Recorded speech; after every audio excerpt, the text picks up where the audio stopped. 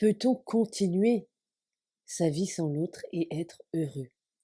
Ce podcast va perturber certains égos souffrants car il va les pousser à se remettre en question et surtout à envisager le pire. Ce pire qui prend l'apparence d'être à jamais séparés de cette personne qu'ils considèrent comme leur moitié d'âme, ou du moins séparés durant un temps assez long pour être humainement intolérable. Vivre l'amour véritable, comme vous le savez, demande du courage. Le courage d'abdiquer devant l'immensité de cette énergie puissante. Le courage d'être soi et de mettre son cœur totalement à nu face à l'autre.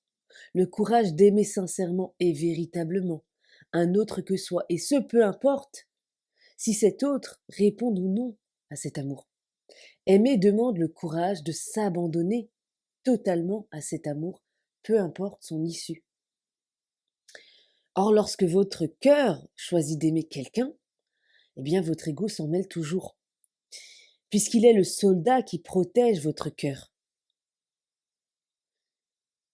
Aimer, selon l'inconscient collectif, c'est prendre le risque de ne pas être aimé en retour, d'être blessé, de souffrir, de se tromper, d'être rejeté aussi, etc. Aimer, c'est prendre le risque de s'ouvrir à l'autre et d'être vulnérable. Ça, c'est ce que l'inconscient collectif vous transmet. Donc, lorsque vous rencontrez la personne capable de bouleverser l'entièreté de votre vie, de votre être à travers un lien d'âme, bien souvent votre ego de survie panique. Comment une personne peut-elle avoir un tel pouvoir sur vous? Et juste par sa présence, remettre en question qui vous êtes, vos choix de vie, votre système de croyances, etc. et vous pousser à changer radicalement malgré vous. Comme vous le savez, votre ego, qui est votre identité terrestre, votre moi-je, a été façonné par votre vécu positif, négatif, par votre système de croyances, votre éducation, votre culture, etc. Cette identité a tendance à être rigide et immuable. On peut comparer la rigidité de votre ego à la carapace d'un homard, qui est solide et figé. Et pour pouvoir évoluer et grandir, eh bien le homard doit quitter sa vieille carapace et prendre le risque d'être vulnérable et à la merci des prédateurs, le temps de reconstruire une nouvelle carapace, bien plus grande, plus spacieuse, plus agréable pour la nouvelle version de lui-même. L'amour véritable, notamment à travers un lien d'âme, vous pousse à cela. L'énergie d'amour est une énergie d'expansion. L'énergie d'amour ne peut pas rester figée, enfermée ou stagnée. C'est une énergie en mouvement. Elle détruit pour reconstruire. Elle s'éteint pour renaître. Alors, pour répondre à cette question, peut-on continuer sa vie sans l'autre, sans son jumeau d'âme? Allons plus loin dans mon propos.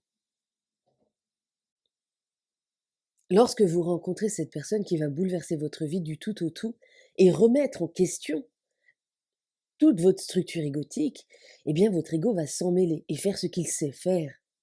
Étiqueter, cloisonner, enfermer, tenter de posséder, tenter de comprendre, vouloir sécuriser et garder pour toujours cette personne auprès de vous. C'est très humain et c'est normal, puisque vous avez été conditionné à faire cela, car dans votre inconscient, l'amour est une prise de risque. Et pour limiter les risques, il faut sécuriser, il faut posséder.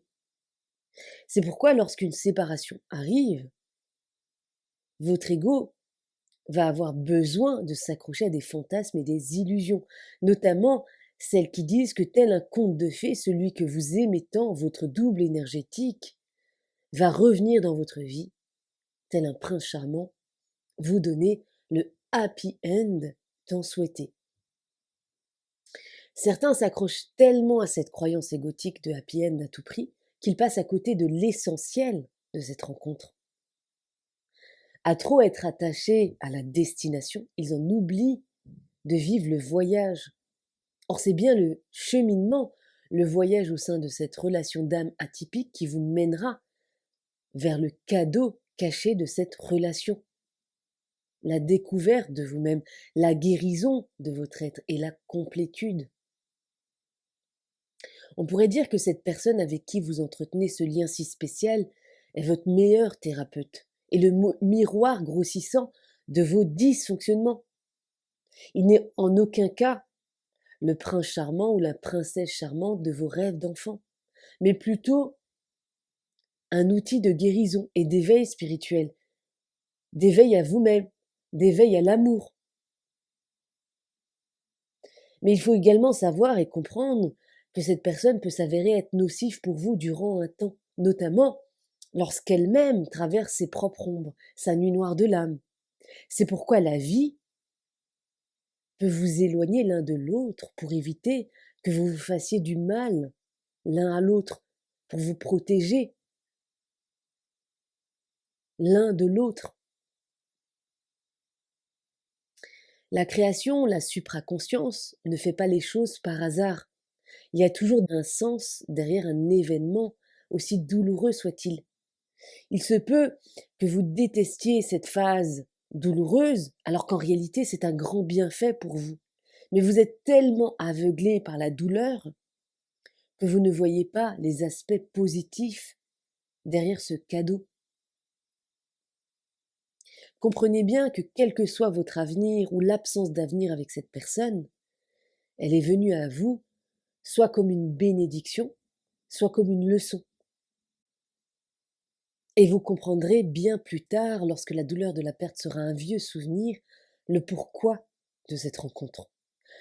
Pour certains, il y aura la possibilité de former un couple amoureux dans la matière, pour d'autres non, car ce n'est tout simplement pas la configuration relationnelle idéale pour que chacun puisse évoluer séparément et ensemble vers le beau voyage qu'est la vie. À présent, je vais répondre à cette fameuse question. Oui, vous pouvez continuer à vivre sans l'autre et même être très heureux, mais encore faut-il le vouloir. Pour pouvoir être heureux, il va falloir pour certains accepter de renoncer à l'idée d'un couple avec cette personne, lorsque ce projet semble impossible dans la matière ou tarde à venir, tout en acceptant le fait d'avoir un lien dans l'invisible avec cette personne. Alors ça demande beaucoup de courage, de détachement et d'abnégation, mais c'est possible. En effet, bien souvent, la relation terrestre est impossible durant un temps, voire pour toujours, car chacun des deux jumeaux doit vivre sa vie humaine sans l'autre. Mais si vous êtes encore dans votre ego blessé sous l'emprise de votre peur de perdre l'autre, eh bien vous risquez de paniquer à ces mots. Mais si au contraire, vous avez pu vous libérer totalement de votre matériel traumatique, de vos peurs, de vos blessures, etc., mes mots résonneront en vous comme une évidence. Il faut vraiment comprendre que le besoin absolu de se réunir à l'autre, d'être en couple avec l'autre, quoi qu'il vous en coûte, est le symptôme d'un problème sous-jacent en vous. Ce n'est pas l'expression de votre amour pour l'autre, mais plutôt l'expression de votre obsession pour l'autre, de votre dépendance affective pour l'autre.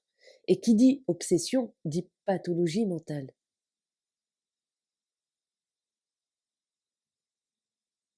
Il faut également savoir qu'une fois totalement libéré de votre matériel traumatique, réveillé par cette rencontre, vous n'aurez aucun problème à continuer votre vie avec quelqu'un d'autre.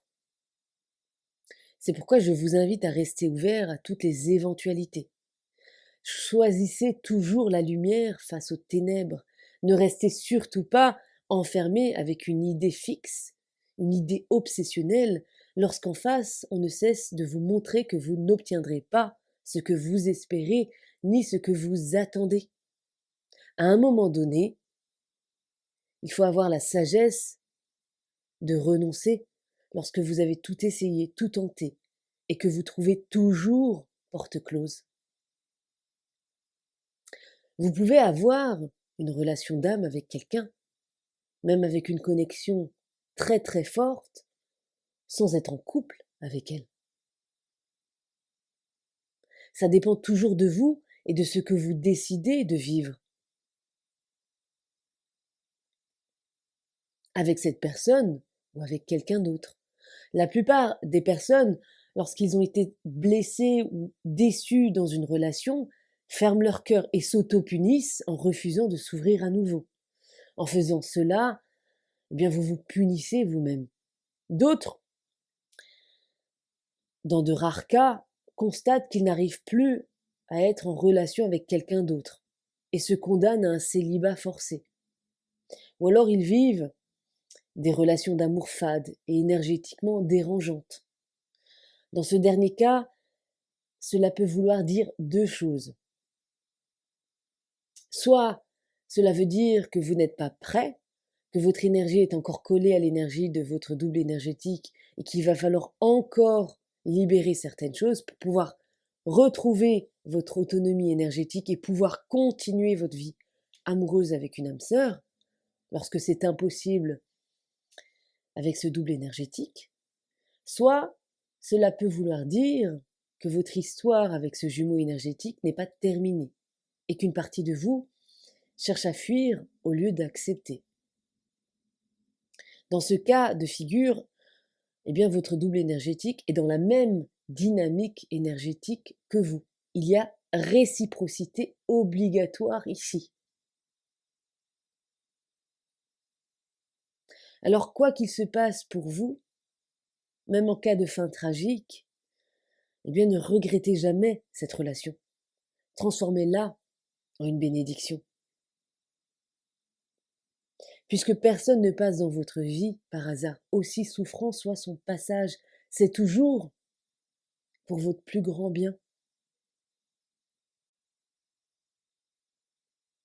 Et à ceux d'entre vous qui vont s'exclamer: «Mais à quoi ça sert d'aimer quelqu'un si on ne peut pas être avec lui?» Sous-entendu: «À quoi ça sert si je n'obtiens pas la récompense à la fin?»